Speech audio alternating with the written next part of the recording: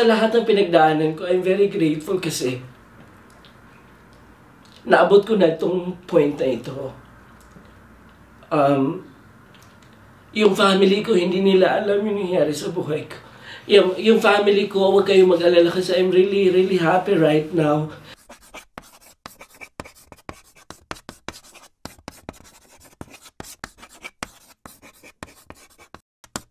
Hi guys! Welcome to Ras Vlog, ang channel kung saan mapapanood ninyo ang storya at mga nakaka-inspire na kwento ng ating mga minamahal na kababayan na OFW na nandito ngayon sa Middle East. So yun na nga guys, kagaya nga ng sinabi ko sa inyo dati, magkakaroon tayo ng isang episode sa aking channel, yun yung hashtag kwento ng isang OFW, and we are so privileged today dahil pinaunlakan tayo ng isa sa ating kababayan na OFW na walang iba kundi si Mr. Gary Adesna. Yay! Ayan. Hi Sir Gary! Hello, good evening! Kasi gabi ngayon dito, di ba? It's 8:35 in the evening dito sa Middle East. May dalawang bowl dito. Actually, dalawa to kasi etong bowl na to guys, ito yung mga itatanong natin kay Gary. Okay. So yung mga tanong na bubunutin niya, wala siyang alam. The last time, nangako tayo guys sa mga subscribers natin na mamimigay tayo ng isang action camera sa kanila. Andito yung pangalan ng mga sumali sa raffle draw natin.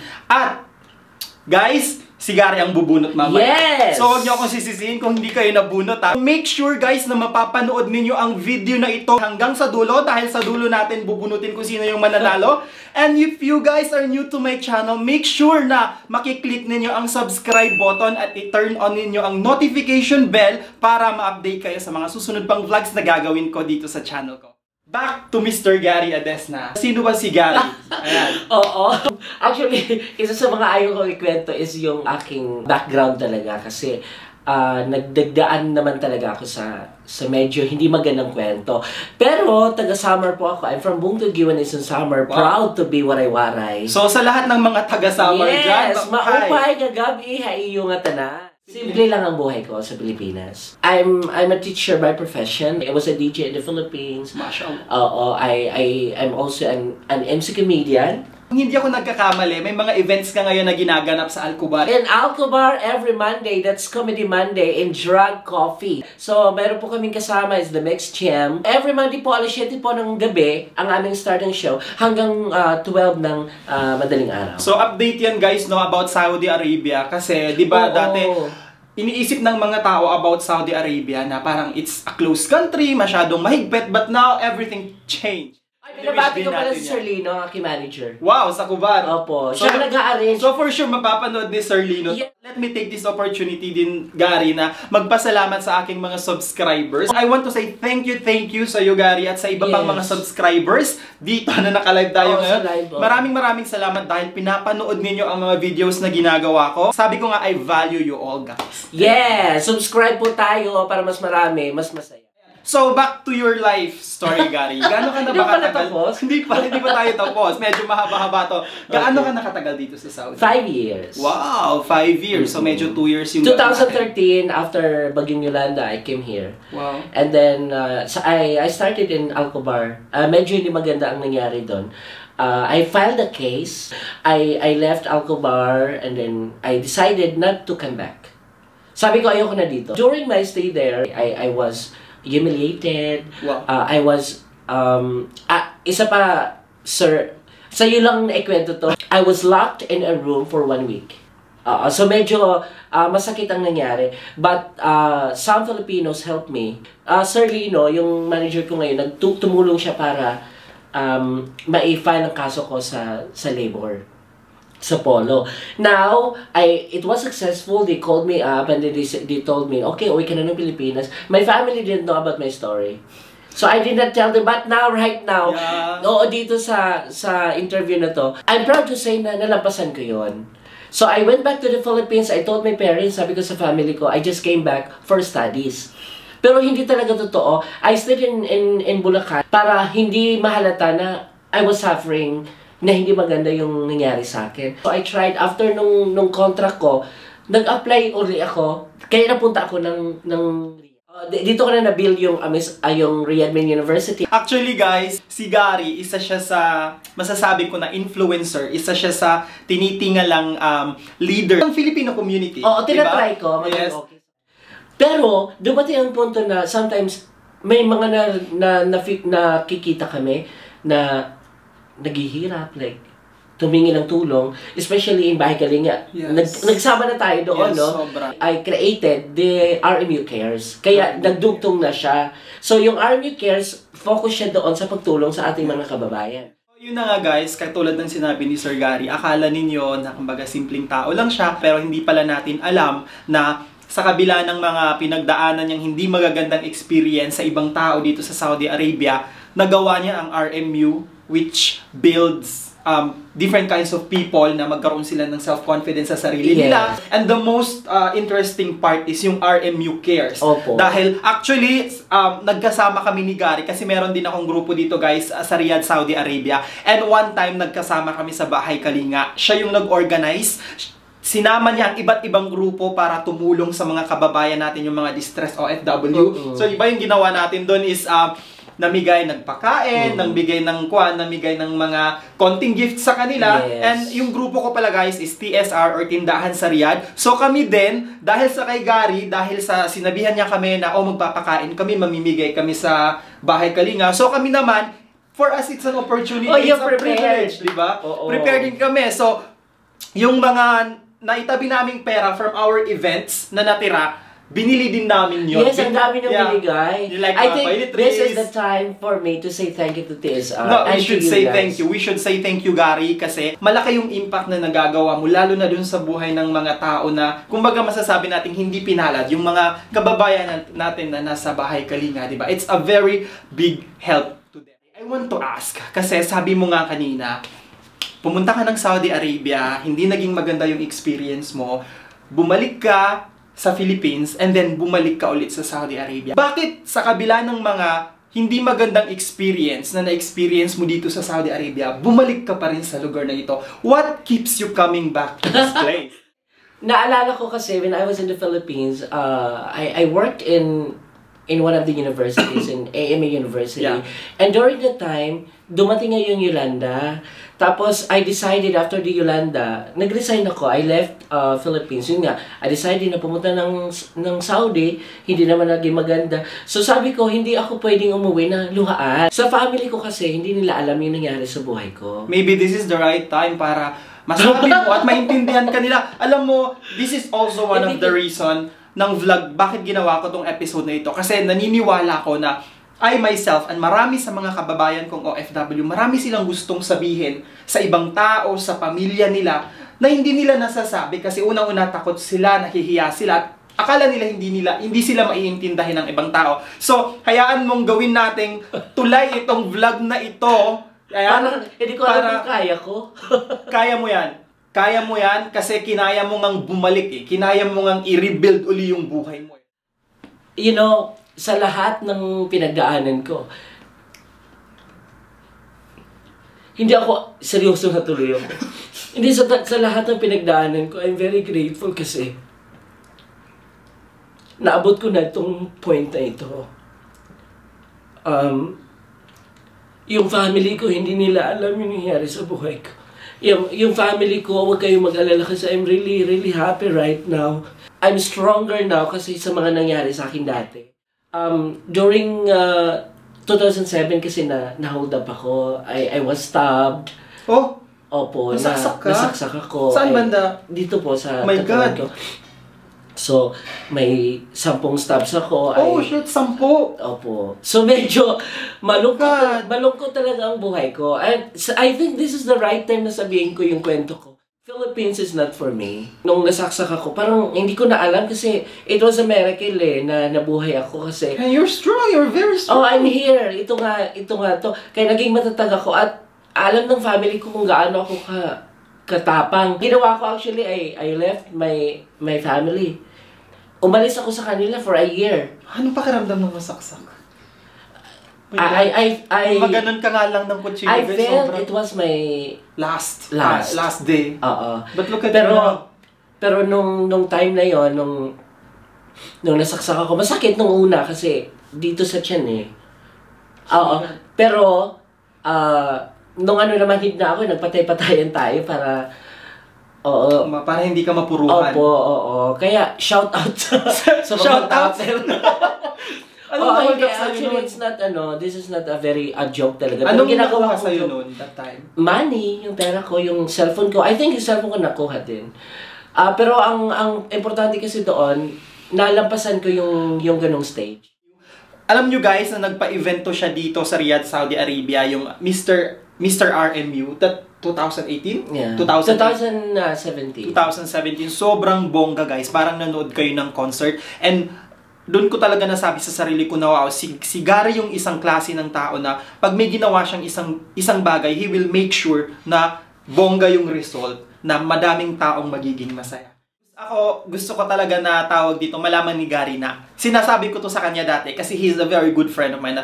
So, I look up to him. I look up to you kasi nung yung mga kwento mo sa akin, kay Makoy, shout out kay Makoy kasi magkakaibigan kami tatlo na hopefully mapapanood tong video na to. Maybe sa ibang tao na hindi nakakakilala sa'yo, pag nakita ka nila sa labas, iisipin nila na, oh, it's just a typical Filipino. But if they will just have the chance to know you more better, there's a huge story behind you na makaka-inspire sa ibang tari. And now, kagaya nga ng sinabi ko nung nag-umpisa tayo, meron tayong inihanda. Parang shifting dito sa bowl na to. Ayan. Guys, naka-live din kasi tayo dito. Meron tayong inihandang iilang questions dito sa bowl na to na kailangan mong sagutin ng walang halong pagkukunwari, walang halong kasinungalingan. Walang It's a very simple rule. Walang arti-artista. Walang arti-artista. Kailangan straight to the point. Kung ano yung sinasabi ng puso. Okay. Yes. Ayan. Diyos ko, baka mato ha. Kung hindi ka isang OFW ngayon, ano ka? I'm a professor. Namimiss ko magturo. Ano yung tatlong salita na gusto mong sabihin una sa iyong pamilya? Sa iyong magiging anak? At sa iyong kasintahan? So, sa pamilya muna. Sobrang mahal ko sila. Doon sa magiging future na anak mo? I'm doing this as an inspiration. At sa kasintahan mo. Sa kasintahan mo ngayon, shout out sa kasintahan ni Gary ngayon. Tulungan niya ako kasi, help me. Kasi hindi pwedeng, it's one way. Kailangan, help each other. nagtutulungan. Ganun naman talaga sa relationship. Dapat hindi lang isa yung, kumbaga give and take. Kasi that's one of the ingredients for successful relationship. Oo. Nandiyan lang siya, tago lang siya. Nandito pa siya sa Saudi Arabia? Wala. Isa pa? Isa pa? Yes, go ahead. Okay. Ano ang kanta ng buhay mo?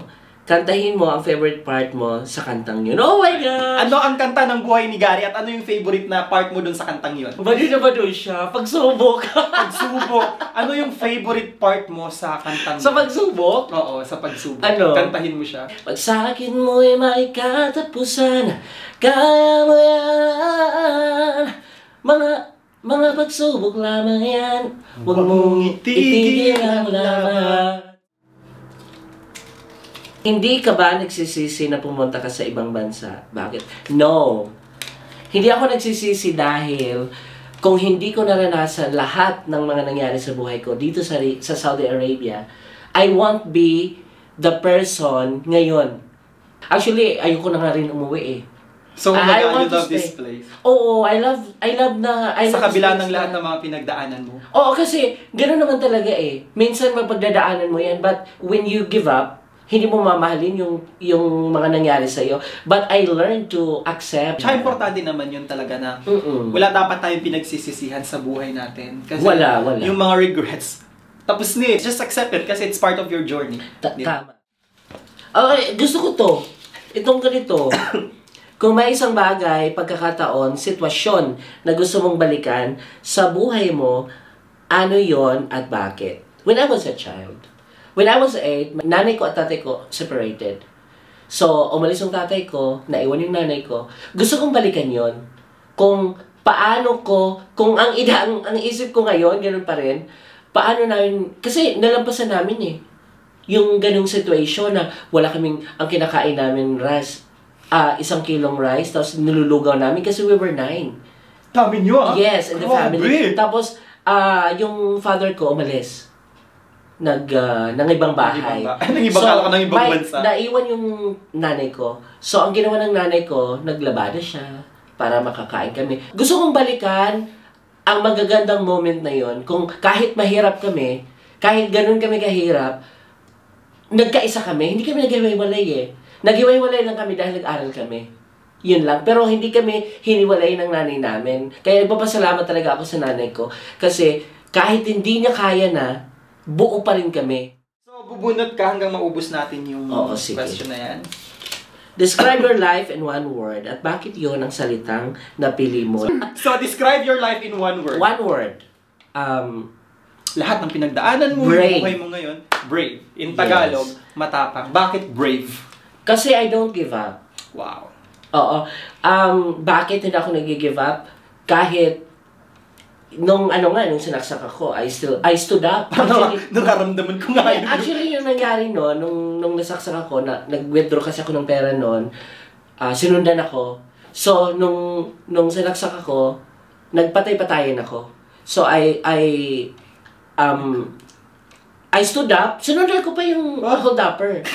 Yung SIM card ko. Kasi I want to see kung saan siya ba. Tapos tumakbo ako sa bahay, nag ako ng door. Bakit kanya sinaksak? Nanlaban ka ba? Oo, nanlaban ako. Guys, kasi pag mga... Oo, kayo mga laban na. Oo, Diyos ko, yung kahit cellphone, pera, makikita. Pero yung buhay natin, hindi na natin makikita. And I didn't know that kasi hindi naman ako taga Manila.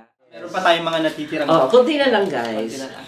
Advice na pwede mong ibigay sa mga nagbabalak maging OFW. Maging matapang kayo, harapin ang mga pagsubok kasi unang-una ang culture nila. Baka iba sa culture natin sa talaga. Philippines. Kaya nga hindi kami nagkaintindihan dati dahil sa culture. So, kailangan maging matapang kayo at maging open-minded kayo. Isa pa, bunot. Kung may gusto kang mang isigaw sa mundo at isigaw mo yon sa mga oras na ito. Ano yun? Explain kung bakit. Kung halimbawa, isipin mo na nasa tuktok ka ng isang bundok, wala ako dito, walang ibang tao. Isipin mo lahat ng manangyari sa buhay mo. Ano ba yung gusto mong isigaw sa mundo? One word. Oh, one word, anything na gusto mong isigaw sa mundo. Actually, gusto kong sumigaw ng thanks God. So, gusto ko marinig namin isigaw mo yung thanks God.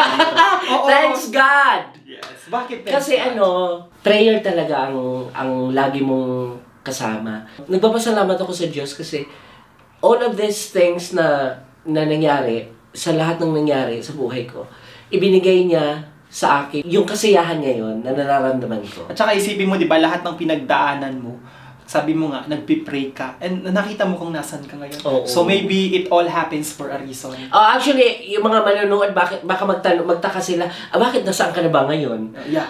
Actually, gusto kong maging private pa rin yung ganong buhay ko. Tsaka hindi Pero naman... at this moment, Sir Ras Castillon, I am contented. At saka yung iba kasi hindi nila nagigets na there are some people na napaka-judgmental sa kung anong narating ng isang tao. Ako for me, success is not what they see with you. Like, malaki man yung bahay mo or whatsoever. Success is being content with what you have. Being yourself at alam mo sa sarili mo na madami kang pinagdaanan na na-overcome mo. Kontento ka sa kung anong meron ka kasi alam mo na yung kung anong meron ka ngayon dahil yun sa mga pinagdaanan mo. So that's more than any material thing. Meron pa tayong isa? Ano yung mga bagay na namimiss mo sa Pilipinas? I have a very simple life. Nagsishow ako. Nagpapatawa ako. Masaya ako na maraming tumatawa sa akin. Shoutout ko yung mga nandito ngayon sa showbiz industry na talaga nagpapasalamat pa rin sila. Coco Martin Lookalike Season 2. Sila at mga kaibigan ko. Sa mga artista kong estudyante, Makisi Morales. Kung uulitin man ang buhay mo, gugustuhin mo pa din bang maging isang OFW? Yes. Kasi sa kabila ng lahat ng pinagdaanan. Kasi I learned from this experience. Ganun ka pala ako katapang. Na ganun din pala ako kahina. Alam ko na rin ngayon paano lampasan yung kahinaan na yun. Kaya ulitin ko yung ganung buhay. So meron ditong isang question, dito nakasalalay kung ano yung magiging outcome ng vlog na ito. And gusto ko ng broad explanation dito.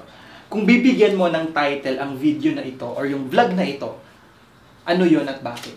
English or Tagalog? Tagalog, anything. English, Tagalog, kung saan ka mas komportable. Waray-waray success story. Bakit ganon? Bakit waray-waray success story?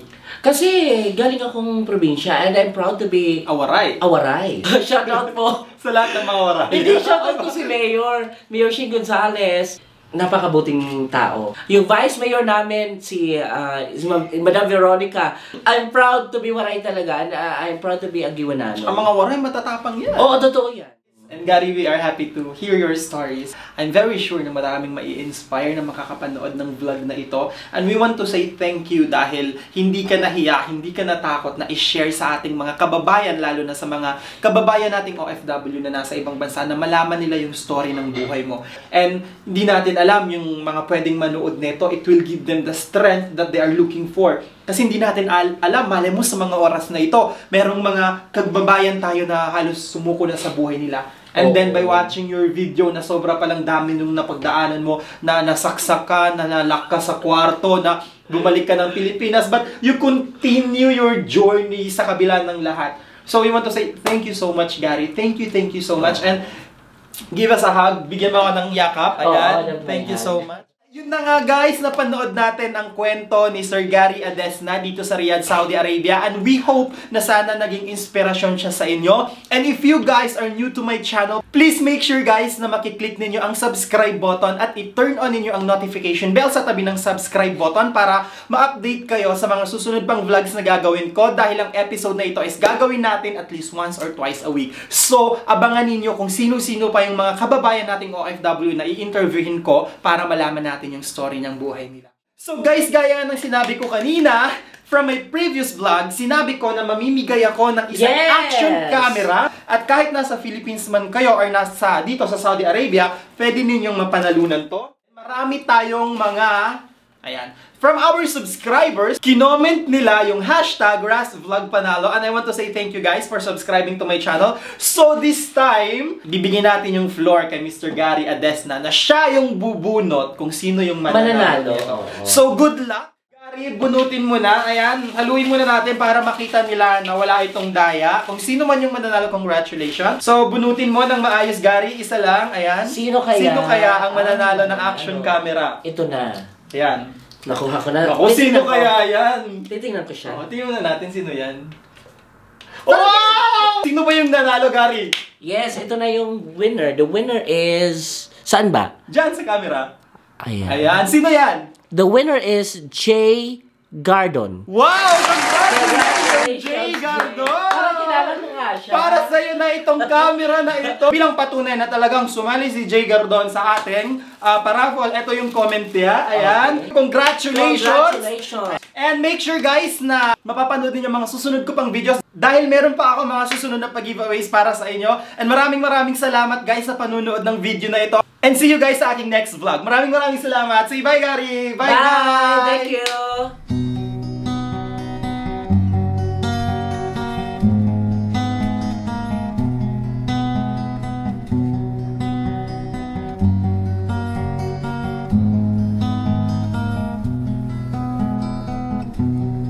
Isip mo'y litong-lito sa mga panahong nais mong maliw. Bakit ba bumabalakid ay ang iyong mundong ginagalawan? Ang buhay ay sadyang ganyan, suliranin, hindi mapigilan. Itanim mo lang sa iyong pusong kaya mo yan. Pagkabigo, dalinlangan, gumugulo sa isipan. Mga pagsubok lamang yan, huwag mong itigil ang laban. Huwag mong isuko at iyong labanan. Huwag mong isiping ikaw lamang. This is Gary Adesna. Please subscribe to Ras Castillo YouTube channel. Please click the subscribe button and turn on the bell para ma-update pa kayo sa susunod niyang vlogs. Nagdurusa at hindi lang ikaw ang lumuluha. Ang pasakit mo'y may katapusan, kaya mo yan.